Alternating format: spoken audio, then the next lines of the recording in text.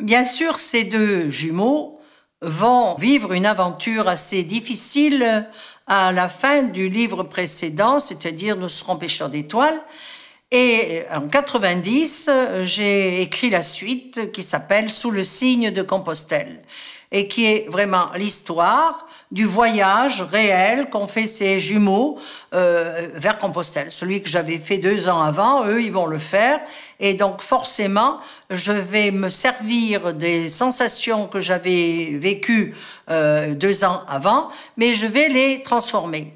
La création littéraire, du moins ce que j'en connais, puisque je pense que tout le monde a une création différente, chaque fois que je vais quelque part, je visite un pays, mais après, j'en retire quelque chose de différent, comme s'il y avait eu une maturation du voyage, et comme s'il y avait eu finalement une sorte d'alchimie qui s'était produite entre le moment où j'ai foulé le pays du pied et le moment où je vais en parler.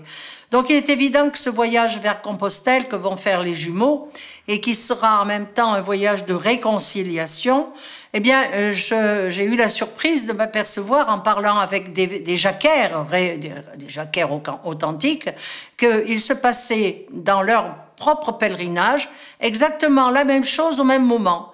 Comme si finalement ce qu'on appelle le camino, eh bien, allait être un super révélateur de tout ce que les gens peuvent ressentir, de tout ce qu'ils peuvent avoir à lâcher, si on peut dire.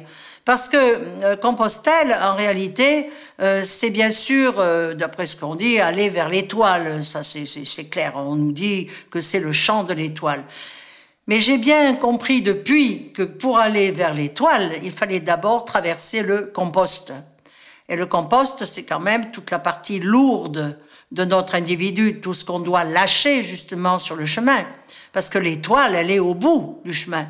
Mais quand on part avec des pieds lourds, avec des ampoules, avec des rancœurs, avec des haines même, quelquefois. Et là, les jumeaux ne vont pas, bien sûr, ils vont être comme tout le monde. Et mes personnages, finalement, vont arriver au bout du chemin, qui n'est pas Compostelle, d'ailleurs, mais bien au-delà de Compostelle. Et on peut dire que leur périple va se transformer en alchimie réelle et alchimie spirituelle. Donc, je vais vous lire quelques lignes par rapport à l'arrivée à Compostelle. Dans cette assez extraordinaire cathédrale qui regarde l'Atlantique et qui a été, disons, l'objet de grandes attentions de la part de sculpteurs.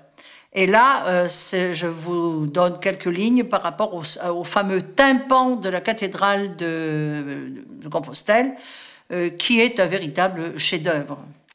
Les jumeaux se rendaient compte qu'il faudrait passer des heures de méditation devant cette merveille, non pas pour la comprendre, mais pour s'imprégner de sa puissance, de sa perfection. La ronde biblique devient vertige. Les visages défilent sous le regard impassible du Christ en majesté, situé au-dessus de la statue de Saint Jacques. Il est entouré d'anges turiféraires et des 4 évangélistes. Au-dessus du Christ, placé en demi-cercle et lui faisant comme une auréole, se déploie la merveilleuse cohorte connue sous le nom des 24 vieillards de l'Apocalypse. La pierre vit, palpite. La lumière joue sur les robes où se distinguent encore des traces de bleu et de rose, donnant l'impression que les statues vont s'éveiller, descendre de leur archivolte et nous délivrer un mystérieux message. Les 24 vieillards ont entamé entre eux, il y a 800 ans, une conversation que beaucoup de chercheurs ont désiré décrypter. Est-ce Matteo, le sculpteur, qui en possède la clé ? Est-il le magicien qui les a obligés à un mutisme éternel?